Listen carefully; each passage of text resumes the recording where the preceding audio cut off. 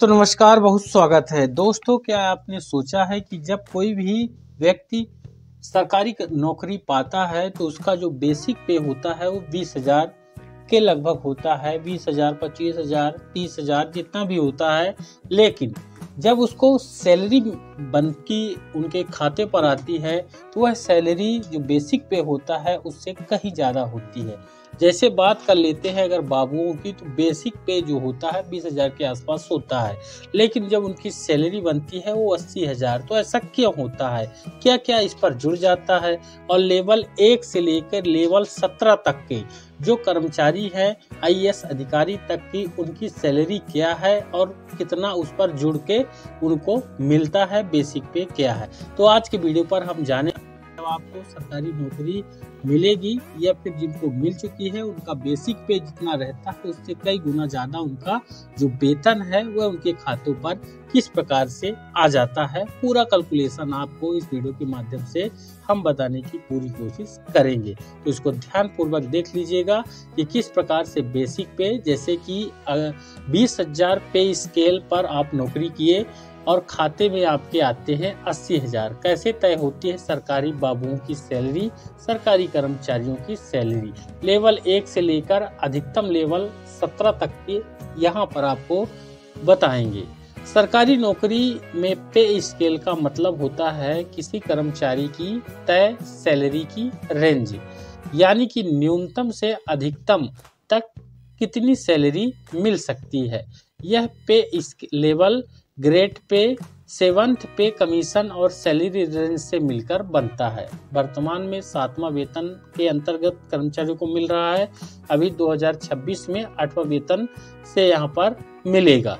अभी सरकारी नौकरी में अक्सर हम सुनते हैं कि लेवल 4, लेवल 6, 7वें पे कमीशन 56,100 रुपए से लेकर 1,77,500 सैलरी वगैरह, ये आपने भी नोटिफिकेशन वगैरह में देखा होगा, या आप सरकारी कर्मचारी हैं तो आपने खुद का भी देखा होगा।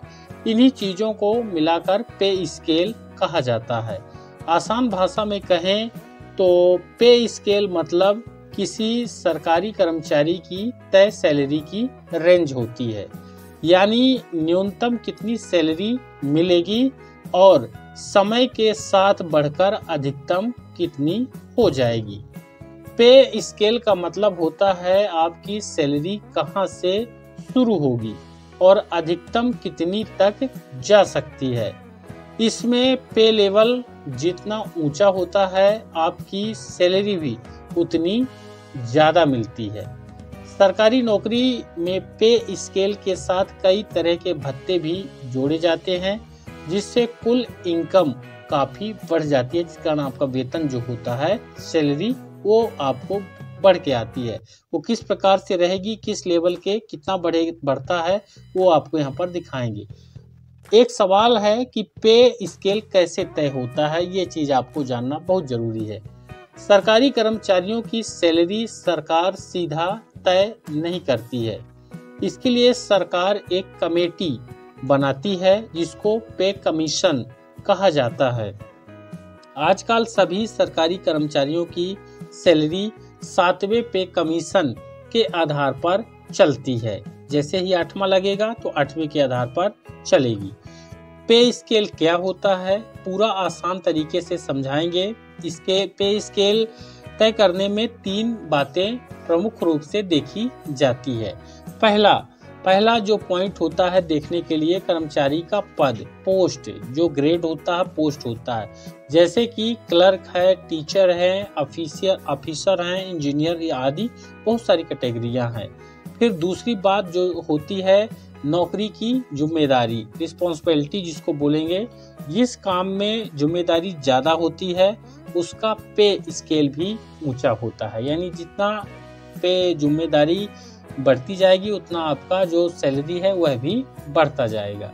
योग्यता और अनुभव, यानी क्वालिफिकेशन एंड एक्सपीरियंस आपको कितना है। जिन पदों के लिए अधिक पढ़ाई और अनुभव चाहिए उनका स्केल ऊंचा रखा जाता है। पे स्केल को पे लेवल या ग्रेड पे से समझा जाता है, इसको समझिए। जैसे कि लेवल 3, लेवल 6, लेवल 10 और लेवल 12 आदि। ये लेवल 17 तक अधिकतम होते हैं। 17 IAS अधिकारी, IPS अधिकारी का होता है। अब किस पे स्केल में कितना सैलरी मिलता है, इसको आसान चार्ट के माध्यम से इस वीडियो में हम आपको बता रहे हैं। जैसे कि नीचे आपको जो जानकारी मिलेगी वो 7वें पे कमीशन के हिसाब से कुछ समान पे स्केल और उनकी सैलरी दी गई है। जैसे कि पहला जो लेवल 1 कहलाता है, जिसमें चपरासी, हेल्पर आदि इस तरह कैटेगरी के कर्मचारी आते हैं। इनकी सैलरी की जो रेंज होती है वो 18,000 रुपये मिनिमम होती है और 56,900 रुपये ये अधिकतम होती है। यानी कि जब नौकरी पर लगे थे तो 18,000 और उसमें क्या क्या भत्ते जुड़ेंगे ये आपको हम क्लियर कर देंगे इसी वीडियो पर। और नौकरी के अंत में यानी रिटायरमेंट के समय उसको 56,900 रुपये का जो सैलरी का रेंज रहेगा ये रहेगा। बाकी उस पर अलग से और क्या क्या जुड़ेगा वो आपको दिखाएंगे। लेवल 3 यहाँ पर है क्लर्क, असिस्टेंट जैसे पद जो है, इनका सैलरी का रेंज है 21,700 रुपये से शुरू है और इनको 69,100 रुपये तक अधिकतम यहाँ पर बताया गया है। लेवल 4 जैसे कि LDC, स्टोनो आदि ये कर्मचारी हैं, इनकी सैलरी की रेंज 25,500 रुपये शुरुआती है, 81,100 रुपये तक यहाँ पर ये अधिकतम है। इसके बाद आप देख पाएंगे जैसे कि लेवल 5 है, जिसमें जूनियर असिस्टेंट आते हैं, टेक्निकल असिस्टेंट आते हैं। इनकी जो सैलरी की रेंज है वो 29,200 रुपये शुरू है और 92,300 रुपये यहाँ पर यह अधिकतम क्राइटेरिया यहाँ पर बताया गया है। साथ ही इसके बाद लेवल 6 जिसमें सरकारी शिक्षक आते हैं, सेक्शन ऑफिसर आते हैं, इंस्पेक्टर आदि, ये लेवल 6 का रेंज है। सैलरी का जो रेंज है 35,400 रुपये और 1,12,400 रुपये आते हैं। ये टीचर वगैरह आते हैं यहाँ पर। इसके बाद जो लेवल 7 होता है वो सुपरवाइजर, AAO, इंजीनियर और टेक्निकल पद जो होते हैं, इनका सैलरी का जो रेंज होता है 44,900 रुपये होता है और 1,42,400 रुपये अधिकतम रेंज इनका जाता है। लेवल 8 के अंतर्गत 8 और 10 का लिया गया है, इसमें गस्टेड ऑफिसर, इंजीनियर, लेक्चरर आदि आते हैं। इनका जो सैलरी का रेंज है 47,600 रुपये से 1,77,500 रुपये तक रखा गया है। इसके बाद यहाँ पर आप देख पाएंगे लेवल 11 और लेवल 12, इसमें senior officer, principal, engineering services ये कर्मचारी आते हैं। इनकी सैलरी की रेंज है 67,700 से 2,09,200 रुपये तक अधिकतम यहाँ पर रखी गई है। वहीं बात करेंगे लेवल 13 और 14, ज्वाइंट सेक्रेटरी, डायरेक्टर आदि उच्च पद आते हैं। तो इनकी सैलरी की रेंज मिनिमम 1,23,100 रुपये है और 2,22,000 यहाँ पर यह अधिकतम रहता है। लेवल 15 जिसमें अतिरिक्त सचिव स्तर के कर्मचारी रहते हैं, जिसमें सैलरी की रेंज होती है 1,42,200 रुपये और 2,24,100 रुपये यहाँ पर यह अधिकतम रेंज इनकी जाती है।